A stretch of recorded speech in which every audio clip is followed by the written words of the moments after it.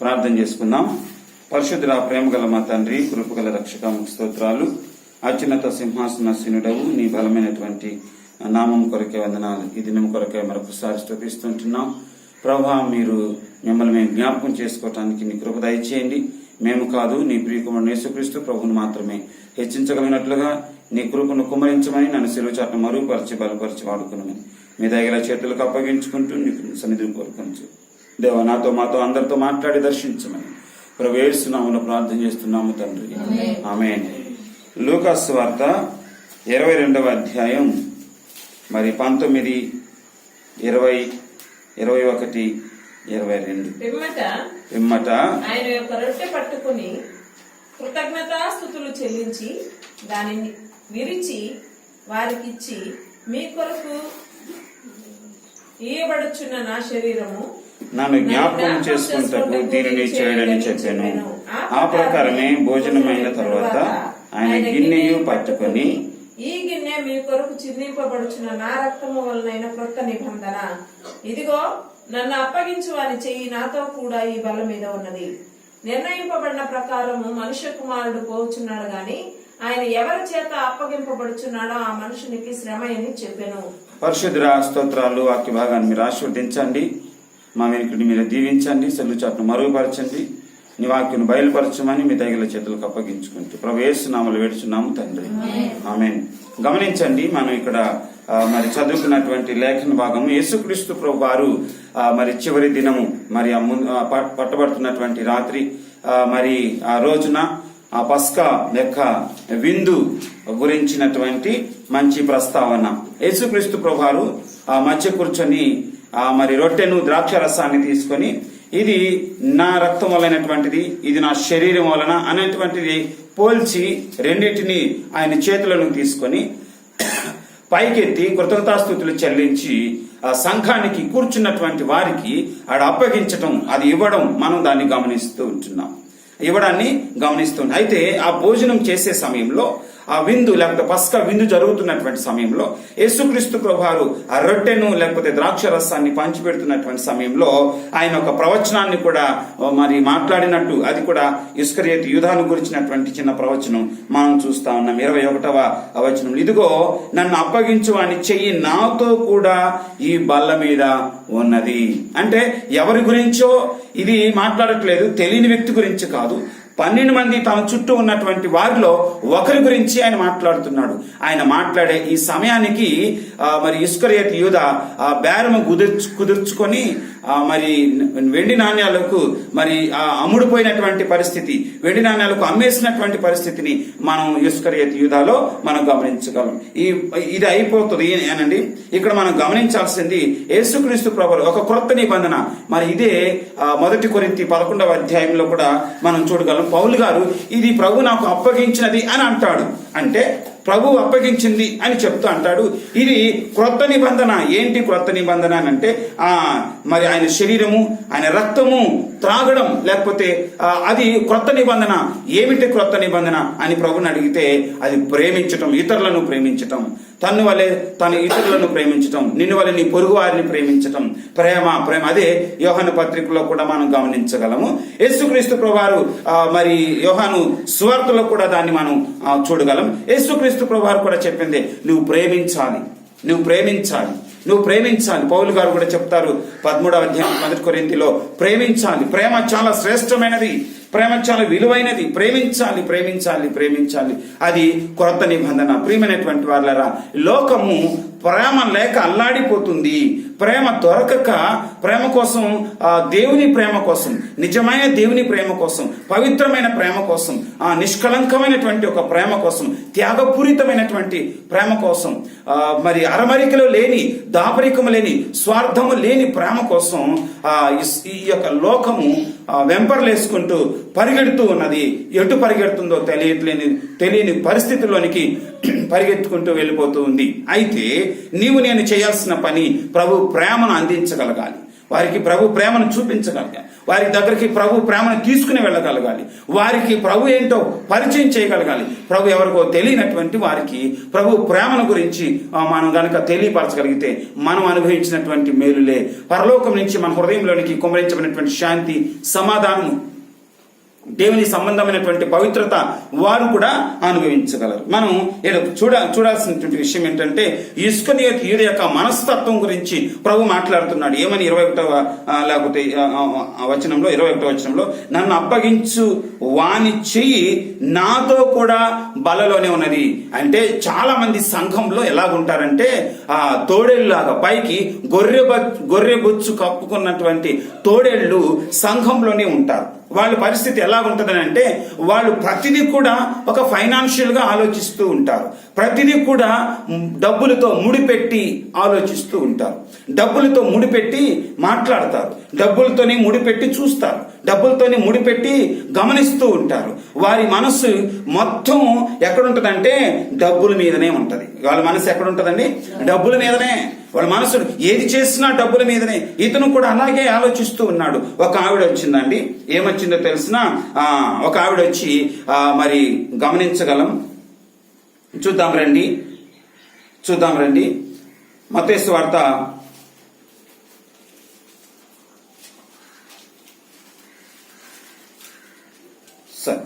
'యేసుక్రీస్తు ప్రభువారు మత్తయి సువార్త 6వ అధ్యాయం 19 నుంచి 21 వరకు చూస్తే, యేసుక్రీస్తు ప్రభువారు నీ ధనం ఎక్కడ ఉంటుందో నువ్వు కూడా అక్కడే చూద్దాం.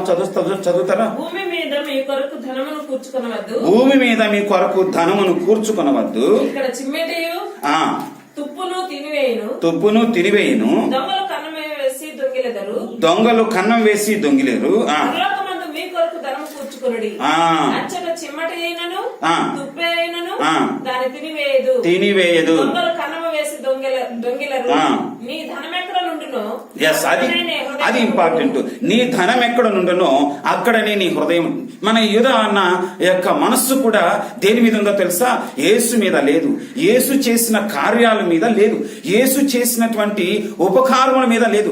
యేసు చూపుతున్న ప్రేమపూర్వకమైనటువంటి మాటల మీద లేదు. యేసు చూపినటువంటి దయ మీద లేదు. ఎలా కనికరపడుతున్నాడో మంద మీద, ఎలా కనికరపడుతున్నాడో ప్రజల మీద, ఎలాగ ఆయన ఉపకారములు చేస్తున్నాడో అన్నటువంటి దాని మీద లేదు. కానీ ఇతనికి ఏది చేసినా ధనము మీదనే ఉంది. అందుకే ఇక్కడ ప్రభు చాలా స్పష్టంగా మాట్లాడుతున్నాడు.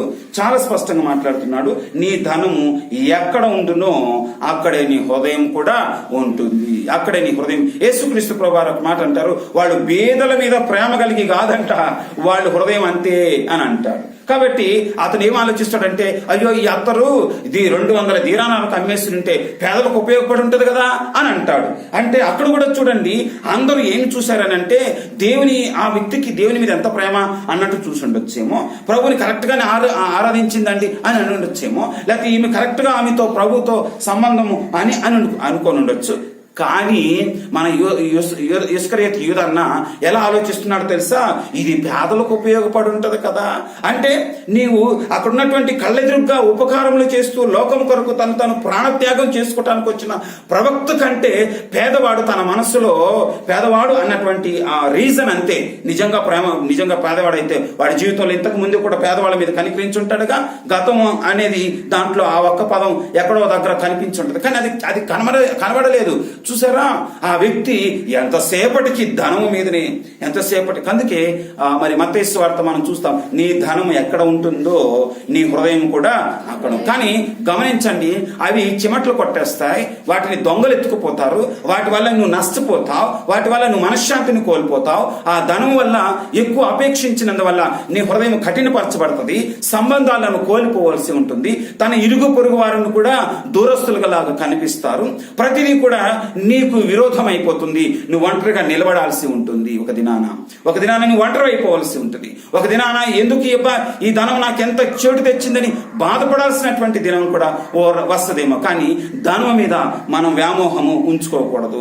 ధనం మీద మన మనస్సును ఉంచుకోకూడదు. ధనం వైపు మనం మన మనసులను తిప్పకూడదు, కానీ ప్రభు వైపు తిప్పగలిగితే మనం మంచిది. ప్రభుతో మనం సంబంధము కలిగి ఉంటే మంచిది. యేసుక్రీస్తు ప్రభు వారు మరి ప్రార్థించే స్థలాన్ని కూడా యూదాకి బాగా తెలుసండి. మనం అది ఎక్కడ చూస్తామంటే ఈ యోహాను సువార్త 18వ అధ్యాయం 1 నుంచి 9 వచనాల వరకు కనుక మనం గమనిస్తే యేసుక్రీస్తు ప్రభు వారి యొక్క రహస్యమైనటువంటి అంటే సీక్రెట్ ప్రేయర్ ప్లేస్ కూడా ఈ యూదాకి తెలుసు. అందుకే ఈయన ఎలాగంటే ఒక కాన్ఫిడెంట్ తో డబ్బులు పుచ్చేసుకో అన్నాడు. ఎవరు? మన యూదా అన్న పోయి తీసుకొని ఆ తర్వాత యేసు ప్రభు వారి పస్కా యొక్క విందు అయిపోయిన తర్వాత వాళ్ళని నేరుగా ఒంటరి ప్రార్థన కొరకై తిరిగి మళ్ళీ కొండ దగ్గరకు తీసుకుని వెళ్ళిపోయి ఒక సమూహాన్ని నుంచి ఇంకొంచెం దగ్గర తీసుకుని పోయి 3 శిష్యుల నుంచి ఇంకొంచెం దూరంగా వెళ్ళి ఆయన ఒక్కడే తన చెమట రక్త బిందువులుగా మారేంత వరకు మూలుగుతూ ఆయన కన్నీళ్లతో ఆయన ప్రార్థన చేసినట్టుగా మనం చూడగలం. ఆ విధంగా ఆయన ప్రార్థన చేస్తున్న సమయంలో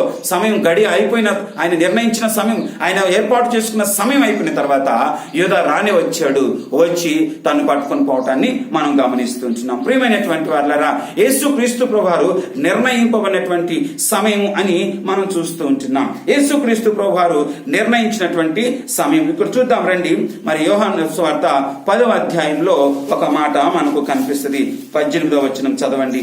యోహాను సువార్త ఎవడను నా ప్రాణము తీసుకున్నాడు, నా అంతటా నేనే దాన్ని పెట్టుచున్నాను. చూసారా, యేసుక్రీస్తు ప్రభువారు నీ కోసం నా కోసం అప్పగించబడటానికాయి, తన్ను తాను సమర్పించుకోవటానికాయి, తన్ను తాను మరి త్యాగము కొరకై ఆయన ఈ భూమి మీదకి మానవుడిగా దిగి వచ్చాడు. యేసుక్రీస్తు ప్రభువారు మానవుడిగా ఎందుకు దిగి రావాల్సి వచ్చిందో తెలుసా? అది నీ కోసమే, అది నీ కోసమే.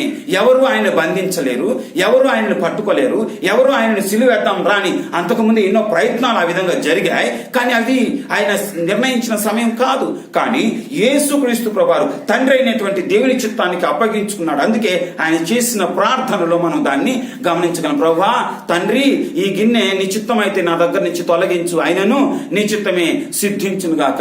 అంటే గమనించారా, తన యొక్క ఇష్టాన్ని కూడా తను అప్పగించుకోలేదు, తండ్రి యొక్క చిత్తానికి అప్పగించుకున్నాడు, తండ్రి యొక్క ఉద్దేశాలకు అప్పగించుకున్నాడు, తండ్రి చేతులకు తన్ను తాను సమర్పించుకున్నాడు. మనం సమరయ స్త్రీ దగ్గర కూడా చూడగలం. ఆ తండ్రి యొక్క చిత్తం నెరవేర్చటం నాకు ఆహారము అని అంటాడు. అంటే తండ్రి యొక్క చిత్తాన్ని నెరవేర్చడంలో తన మనస్సు ఎంత ఉబలాట పడుతుంది, తన మనస్సు ఎంతగా ఆతృత పడుతుంది. అయితే ఈ దినము సంఘముగా ప్రియమైనటువంటి వాళ్ళరా, నువ్వు నేను మరి తండ్రి యొక్క చిత్తము జరిగించడానికి, తండ్రి యొక్క ఉద్దేశాన్ని జరిగించడానికి నీ మనసులో ఉందా కోరిక? నీవు అసలు అది ఆలోచించగలుగుతున్నావా? లేకపోతే నీ ఇష్టము దేవుని యొక్క ఇష్టాన్ని మరి మించిందిగా మనకు కనిపిస్తుందా? దేవుని యొక్క ఇష్టాన్ని నీ ఇష్టము కనుక అణిచివేయగలిగితే నీవు ఒక దినాన దేవునికి లెక్క అప్పగించాల్సి ఉంటుంది. నీవు ఒక దినాన దేవునికి లెక్క అప్పగించాల్సి ఉంటుంది. దేవుడు నీ కోసము అంటే యేసుక్రీస్తు ప్రభువారు పాప క్షమాపణ కొరకాయ్, మన పాపముల కొరకాయ్, మన దోషముల కొరకాయ్, మన యొక్క శాపముల కొరకాయ్ ఆయనే శాపముగా ఆయన సిలువలో అప్పగించుకున్నాడు. గలతీయులకు రాసిన పత్రిక 3వ అధ్యాయం మనం చూడగలం 14వ వచనంలో యేసుక్రీస్తు ప్రభువారు మన కోసము తనే పూర్తిగా ఏమైపోయాడంట? శాపమైపోయాడు. యేసు శాపమైపోయాడు. ఆయన పాపి కాదండి, నీ పాపము ఆయన భుజాల మీద వేసుకున్నాడు. ఆయన దోషము చేయలేదండి, నీ దోషాలు ఆయన భుజం మీద వేసుకొని నీవు నిలుచవలసినటువంటి మరి సిలువ త్యాగంలో, నీవు నిలుచవలసినటువంటి సిలువలో ఆయన నిలుచొని నీకు విడుదల ఇచ్చాడు, నీకు విమోచన ఇచ్చాడు, నీకు రక్షణ ఇవ్వడానికి ఇష్టపడుతున్నాడు. ఆయన అంటున్నాడు కదా యెషయా గ్రంథంలో, ఆయన లోబడిన వారి వైపు దినమెల్లా నా చేతులు చాచుకుని బ్రతులాడుకుంటున్నాడని. అవును ప్రియులారా, ఆయన లోబడిన నీ వైపు తన 2 చేతులు చాచి బ్రతులాడుకుంటున్నాడు. ఇప్పటికైనా ఆయన ప్రేమను అర్థం చేసుకుంటావేమోనని, ఇప్పటికైనా ఆయన వైపు చూస్తావేమోనని, ఇప్పటికైనా ఆయన హత్తుకుంటావేమోనని, ఇప్పటికైనా ఆయన ఒడిలోనికి వస్తావేమోనని, ఇప్పటికైనా నీ హృదయాన్ని బద్దలు చేసుకుంటావేమోనని, ఇప్పటికైనా నీవు కన్నీళ్లతో నీ ప్రతి పాపము యేసు ఎదుట ఒప్పుకొని ఇష్టపడి ఇష్టపూర్వకంగానే నీ ప్రతి పాపము వదిలిపెట్టి దేవునికి అప్పగించుకుంటావేమోనని లోబడిన వారి వైపు ఆయన దినమెల్లా తన చేతులు చాచి పిలుస్తూ ఉంటున్నాడు. ప్రకటన గ్రంథం 3వ అధ్యాయం 20వ వచనంలో చూస్తే తలుపునద్ద నిలుచొని ఆయన తడుచున్నాడు. ఎవరైతే తలుపు తీసి ఆయన ఆహ్వానిస్తారో వారితో ఆయనతో వారు కలిసి భోజనం చేస్తారు. అవును ప్రియులారా, ప్రియమైనటువంటి వారులారా, యేసు క్రీస్తు ప్రభు వారికి నీ హృదయంలో స్థానం ఇవ్వగలిగితే యేసు నీతో సావాసం చేయగలడు. యేసు నీతో సావాసం చేయగలడు. యేసుకు నీ హృదయంలో స్థానం ఇవ్వాలి. యేసుకు నీ మనసులో స్థానం ఇవ్వాలి. యేసుకు నీ జీవితంలో స్థానం ఇవ్వాలి. యేసుకు నీ యొక్క కుటుంబంలో స్థానం ఇవ్వాలి. యేసుకు నీ పరిస్థితుల పైన అధికారాన్ని ఇచ్చి చూడు. నీవెంత ఆశీర్వదించబడతావో, ఎంత దీవించబడతావో. నీ కోసము శాపం అయిపోయిన యేసుని చూడాలి. నీ కోసము నీ యొక్క పాపమును భరించిన యేసుని చూడాలి. నీ కోసము నీ స్థానమును తీసుకుని ఆయన రాజరికాన్ని ఇచ్చిన యేసుని చూడగలడు. నీ స్థితిని మార్చగలడు. నీ యొక్క ఆలోచన విధానాన్ని మార్చగలడు. యూదాన్ని కూడా దేవుడు మార్చి ఉండుంటాడండి ఖచ్చితంగా. పేతురుని క్షమించిన దేవుడు 3 అబద్ధాలు చెప్పి బొంకి నాకు తెలియదని ఒట్టి పెట్టుకున్నటువంటి పేతురుని క్షమించిన దేవుడు యూదా ఇస్కరియోతుని క్షమించి ఉండడా? ఖచ్చితంగా క్షమించి ఉంటాడండి. ఆయన ప్రేమ అంత గొప్పది. ఆయన ప్రేమ అంత త్యాగపూరితమైనది. ఆయన ప్రేమ అంత విలువైనది. యూదా ఇస్కరియోతు వచ్చి ప్రభువా నాది తప్పైపోయింది అని తన మనస్సాక్షి తను గద్దించినప్పుడే ప్రభుకు అప్పగించుకొని ఉంటే ఖచ్చితంగా రక్షించబడి ఉంటాడు. తన మనస్సాక్షి తను గద్దించింది కానీ అప్పుడు ప్రభుకు అప్పగించుకోలేదు. తన మనస్సాక్షిని అందును శాంతపరచుకోవటం కోసం, సముదాయించుకోవటం కోసం తను ఏం చేయాలో అర్థం కాక అటు ఇటు తిరిగి చివరికి వెళ్ళి ఉరి పెట్టేసుకున్నాడు. ఉరి పెట్టుకున్నటువంటి దాంతో అయ్యో ఇంకేం చేయాలనని ఆయన తీసుకొచ్చిన 200 దీనారాలతో ఒక స్థలం కొన్నారు. దానికి ఏమని పేరు పెట్టారో తెలుసా? అకెల్దామా, రక్త భూమి అని పేరు పెట్టారు. ప్రియులారా, ఒకరికి ఒక మంచి మజిలీలు ఉంటాయి, మరొకరికి ఒక చెడ్డ మజిలీలు కూడా ఉంటాయి, గుర్తులు కూడా ఉంటాయి. అయితే ఈ దినము నీవు ప్రభుకి అప్పగించుకోగలవా? యూదా ఇస్కరియోతు వెళ్ళిపోయినట్టు దూరంగా వెళ్ళిపోవద్దు. కానీ ప్రభుకి నీ హృదయం ఇవ్వగలిగితే, ప్రభుకి నీ యొక్క స్థానం ఇవ్వగలిగితే, నీ స్థితిని ఇవ్వగలిగితే, నిన్ను సమర్పించుకోగలిగితే ప్రభు ఎంత సంతోషపడతాడో, నీవెంత ఆశీర్వదించబడతావో. ప్రార్థన చేసుకుందాం. పరిశుద్ధమైన పరలోకపు తండ్రి, ప్రేమ కలిగినటువంటి మా దేవ, నీ అత్యున్నతమైనటువంటి సింహాసనం కొరకై, ప్రేమ కొరకై మీకు స్తోత్రాలు చెల్లిస్తుంటున్నాను ప్రభా. మరి ఈ సమయంలో అవును ప్రభా, మరి మీరు ప్రభు యొక్క రాత్రి భోజనం గురించి, తర్వాత అదే సమయంలో యూదా ఇస్కరియోతు గురించి, తర్వాత ప్రభా మీ యొక్క త్యాగము మీరు ఇష్టపూర్వకంగానే అప్పగించుకొని మా స్థానమును భరించి మీ స్థానాన్ని మాకు ఇచ్చారన్న విషయాన్ని ఇది మీరు బయలుపరిచినందుకు స్తోత్రాలు. నీ ప్రేమ ఎంత విలువైనది.